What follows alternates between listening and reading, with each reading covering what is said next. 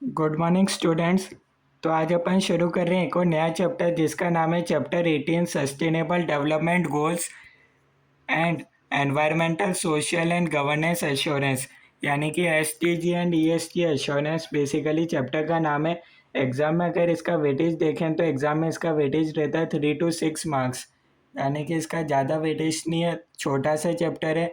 और आप देख सकते हो 3 से 6 नंबर का क्वेश्चन आ सकते हैं, ठीक है, विद MCQ को इंक्लूड करके टोटल वेटेज देख रहे हैं। तो अब सबसे पहले अपन देखते हैं कि आखिर चैप्टर का नाम है sustainable development goals and environment social and governance assurance. तो सबसे पहले अपन देखते हैं आखिर चैप्टर में पूरी बात क्या हो रही है। एक मैंने आपको ओवरव्यू दे रखा है ताकि आप बाद में वीडियो देखने के बाद भी जब भी आप रिवाइज करो आपको देखना है इस चैप्टर के अंदर क्या है।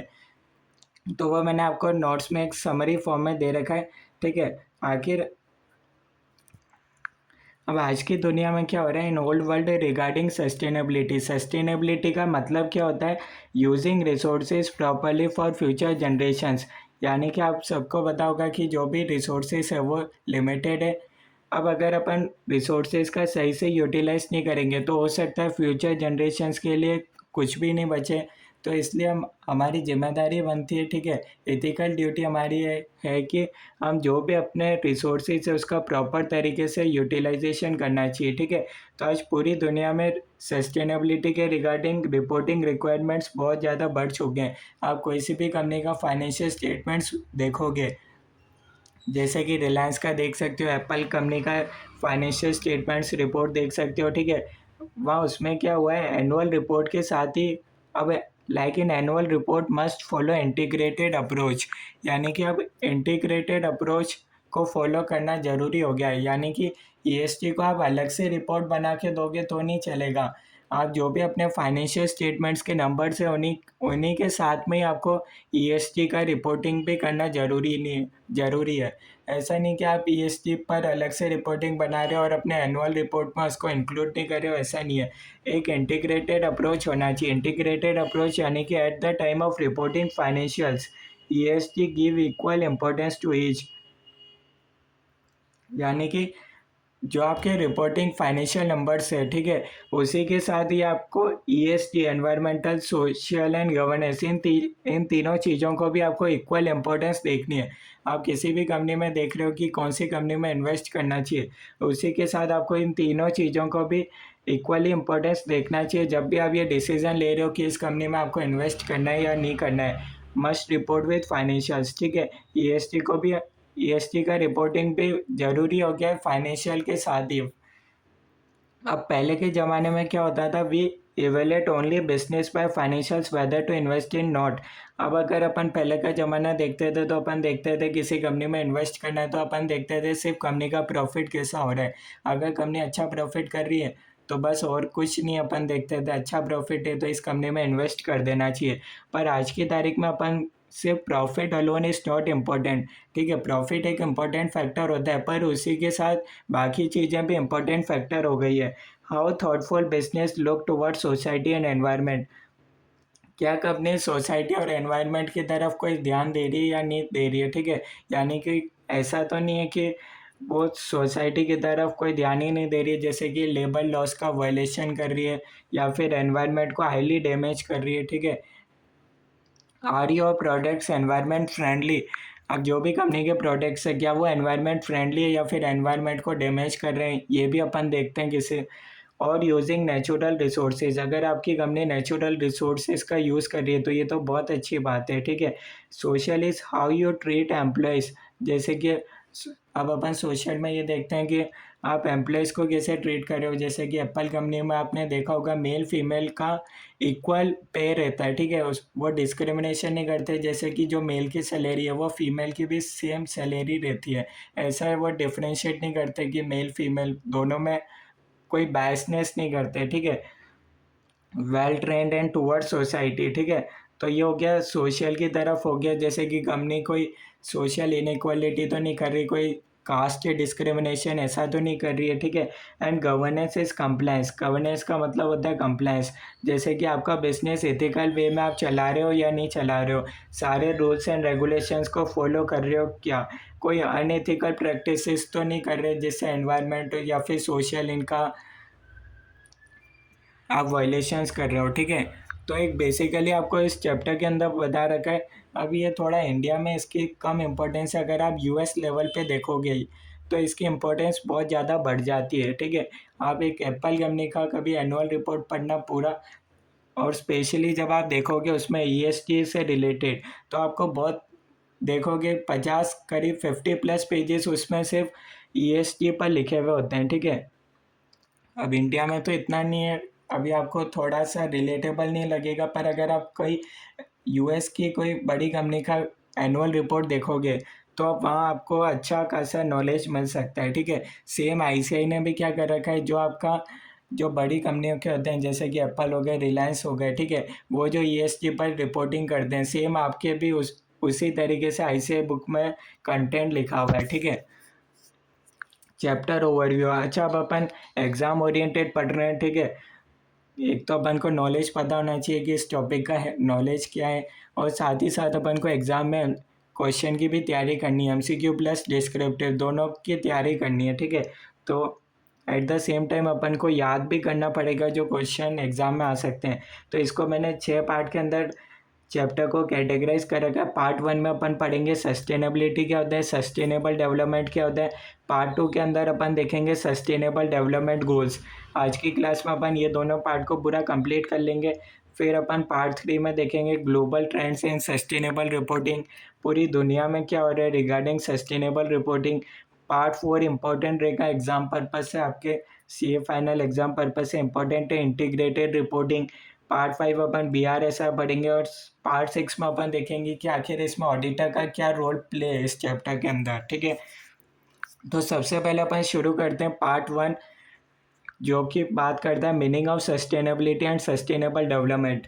अब यहाँ आपने सबसे पहले देखा होगा चैप्टर में नाम आ रहा है सस्टेनेबल डेवलपमेंट।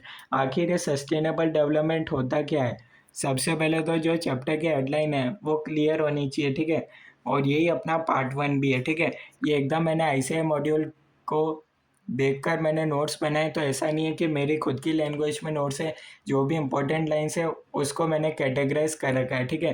तो आप मेरे नोट्स पढ़ो चाहे ऐसे ही मॉड्यूल पढ़ो, बात एक ही है, ठीक है। मेरे नोट्स में आपको थोड़ा सा अच्छे समराइज्ड वे में और हाईलाइटेड मिल जाएगा इंपॉर्टेंट टॉपिक्स, तो आप मेरे नोट्स रेफर कर सकते हो जब भी ये चैप्टर पढ़ो।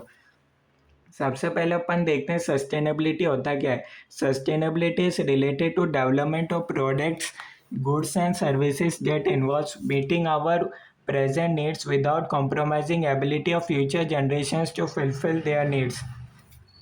यानी कि सस्टेनेबिलिटी क्या हो गया, अपन डेवलपमेंट कर रहे हैं products, goods and services that involves, यानी कि इसका ये मतलब हो गया जो भी अपने आज की प्रेजेंट नीड्स है उसको अपन सेटिस्फाई कर रहे हैं, अच्छी बात है।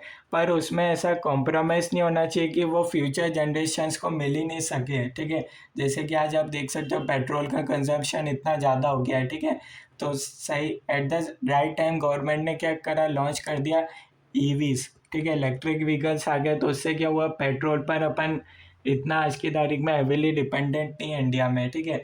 अब अगर कुछ भी होता है फ्यूचर में पेट्रोल से रिलेटेड कोई भी खबर आती है, जैसे कि दो कंट्री के बीच में वॉर हो गया, राइस हो गया, या फिर कुछ भी होता है, तो आज अपन ने पास दूसरा अपन ने अल्टरनेटिव वे ढूंढ लिया है, जैसे कि ईवीज एक बहुत अच्छा फ्यूचर में डिमांड बढ़ने वाला आप देख सकते हो, ठीक है। तो इस तरीके से आप डेवलपमेंट करो ताकि फ्यूचर कि जनरेशन्स को कोई कॉम्प्रोमाइज़ नहीं करना पड़े रिगार्डिंग रिसोर्सेज। सस्टेनेबल डेवलपमेंट क्या हो गया, development that strives to meet the needs of developing countries seeking to achieve a more sustainable world. Same ये लाइन बोला है, ठीक है। अब इसमें एग्जाम में क्वेश्चन आ सकता है what is sustainable development and what are the 3 pillars of sustainability.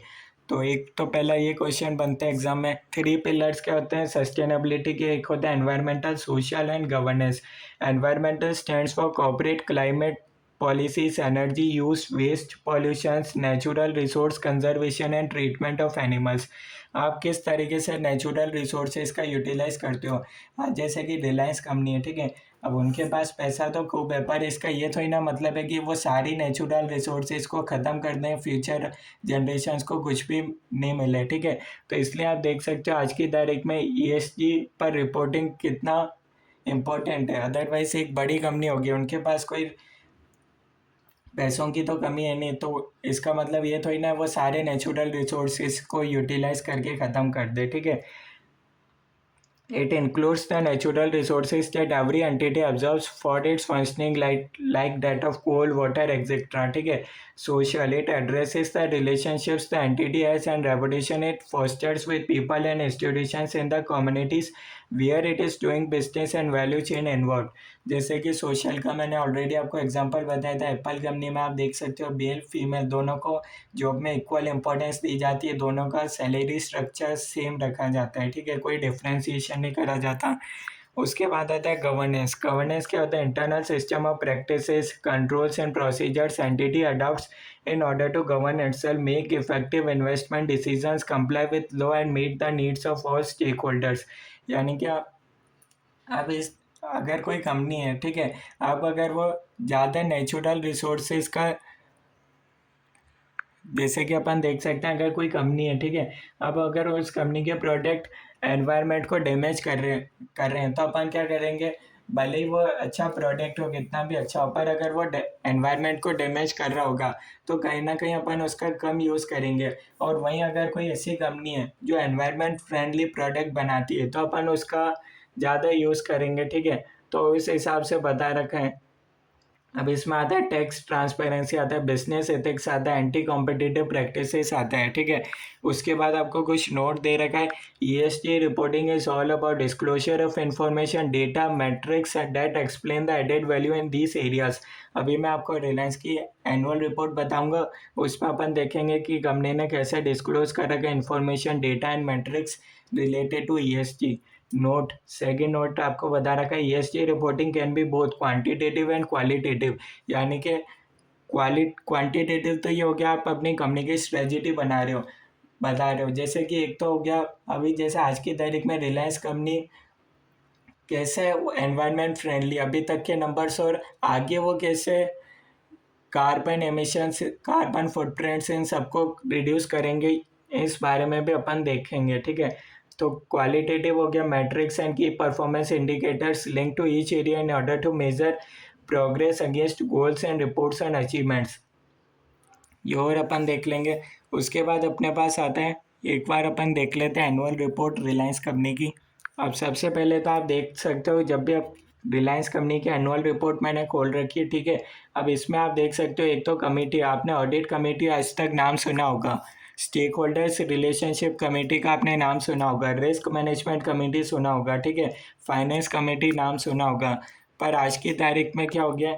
Reliance company ने environmental, social and governance committee भी बना रखी है, ठीक है। तो आप देख सकते हो ये मैटर कितना इम्पोर्टेंट है।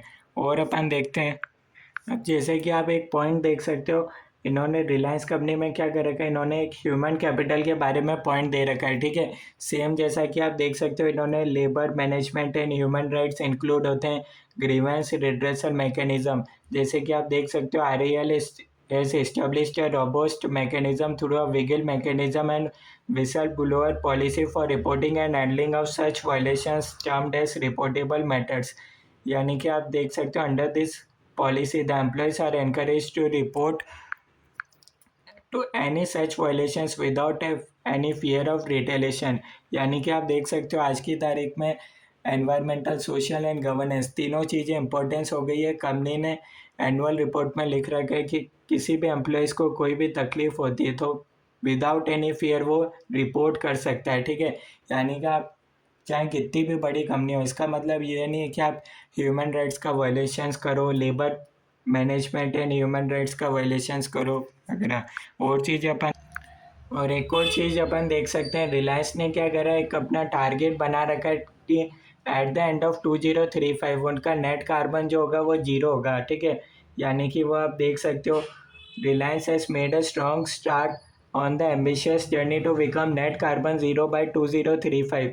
अब आखिर आप देख रहे होंगे कि कंपनी ने आखिर ऐसा क्यों लिखा है, ठीक है। कंपनी आखिर इतनी बड़ी कंपनी, आखिर इनको इतना क्या ज़रूरत है कि वो ये सब करें, क्योंकि ये चीज़ें इंडिया में तो इतना रिलेवेंट नहीं है, पर कल को अगर रिलायंस को यूएस के अंदर लिस्टिंग करना पड़ेगा, लिस्ट का होना होगा स्टॉक एक्सचेंज में, तो वहाँ पर जब वो रिपोर्ट, वहाँ के जब वो इन्वेस्टर्स के साथ मिलेंगे, तो उनके लिए ये एक बहुत बड़ी चीज़ है। यूएस में स्पेशली ये बहुत ज़्यादा चीज़ है कि आप एनवायरमेंटल, सोशल एंड गवर्नेंस की आज से ही रिपोर्टिंग कर रहे हो, ठीक है।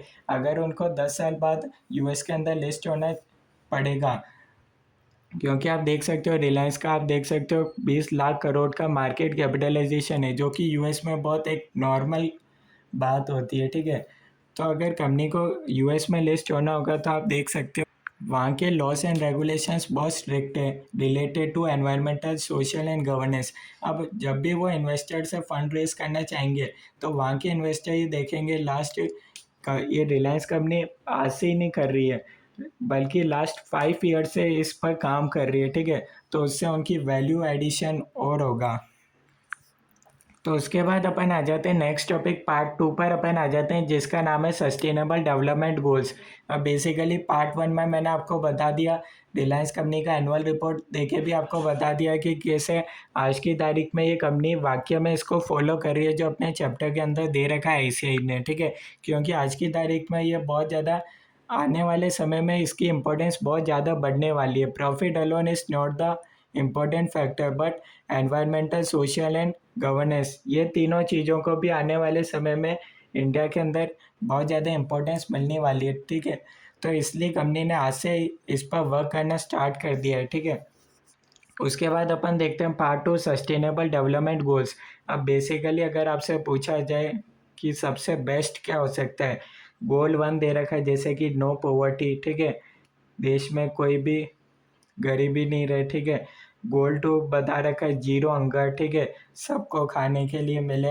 यही बेसिकली ये जो गोल्स है, वो यूएस में कोई रह रहा है उस हिसाब से दे रखे हैं। अभी इंडिया में आप देखोगे तो थोड़ा सा आपको बहुत ज़्यादा लग रहा होगा। गोल 3 में आपको बता रखा है गुड हेल्थ में, सबको हेल्थ अच्छी होनी चाहिए एंड वेलबींग कम्युनिटीज़। गोल 4 में बता रखा है क्वालिटी एजुकेशन। गोल 5 में आपको बता रखा है जेंडर इक्वालिटी। गोल 6 बता रखा है क्लीन वाटर एंड सैनिटेशन। गोल 7 बता रखा है affordable and clean energy. Clean energy यानी कि कोई पॉल्यूशन वगैरह नहीं होना चाहिए। गोल 8 में बता रखा है decent work and economic growth, पूरा वर्क कल्चर सही होना चाहिए और सबको ग्रोथ अपॉर्चुनिटीज़ मिलना चाहिए। गोल 9 में बता रखा है इंडस्ट्री, इनोवेशन एंड इंफ्रास्ट्रक्चर। ये तो आप वर्ड इधर आना चाहिए था, इंडस्ट्री इनोवेशन होना चाहिए, इंफ्रास्ट्रक्चर बेस्ट होना चाहिए। गोल 10 में बता रखा है रिड्यूस इनइक्वालिटी, इनइक्वालिटी नहीं होना चाहिए किसी भी बेसिस पर। गोल 11 बता रखा है sustainable cities and communities. Again ये वर्ड थोड़ा इधर आएगा, पीडीएफ में ये 2 वर्ड इधर आ गए, ठीक है। सस्टेनेबल सिटीज़ एंड कम्युनिटीज़ यानी कि पॉल्यूशन फ्री रहनी चाहिए सिटीज़। गोल 12 में बता रखा है रेस्पॉन्सिबल कंजप्शन एंड प्रोडक्शन, यानी कि जो भी आप प्रोडक्शन कर रहे हो वह उससे एनवायरनमेंट का डैमेज नहीं होना चाहिए। गोल 13 बता रखा है क्लाइमेट एक्शन, जैसे कि कार्बन फुटप्रिंट्स वगैरह। गोल 14 बता रखा है लाइफ बिलो वाटर, यानी कि जो फिश बिलो वाटर जो एनिमल्स रह रहे हैं उनको भी कोई डैमेज नहीं होना चाहिए, क्योंकि अगर आपने कोई भी इंडस्ट्री इस्टेब्लिश करी और अगर आपने उसका वेस्ट रिवर में छोड़ दिया, तो उससे लाइफ बिलो वाटर एनिमल्स को नुकसान होता है। गोल 15 बता रखा है लाइफ ऑन लैंड। गोल 16 बता रखा है peace, justice and strong institutions, हर जगह पीस रहना चाहिए हर कंट्री में। गोल 17 बता रखा है partnerships to achieve the goal. Obviously एक जना गोल को कंप्लीट नहीं कर सकता, जब सब लोग मिलेंगे तभी ये सारे गोल अचीव हो सकते हैं। तो अब ये 17th गोल्स हैं जो कि आप अब अगर एग्ज़ाम में आ गए तो आपको नाम ध्यान रखने पड़ेंगे। तो आज की क्लास में अपन इतना ही पढ़ेंगे, कोई डाउट है तो आप कमेंट्स में बता सकते हो। Thank you everyone. Next class के अंदर इसी चैप्टर को आगे अपन कंटिन्यू करेंगे।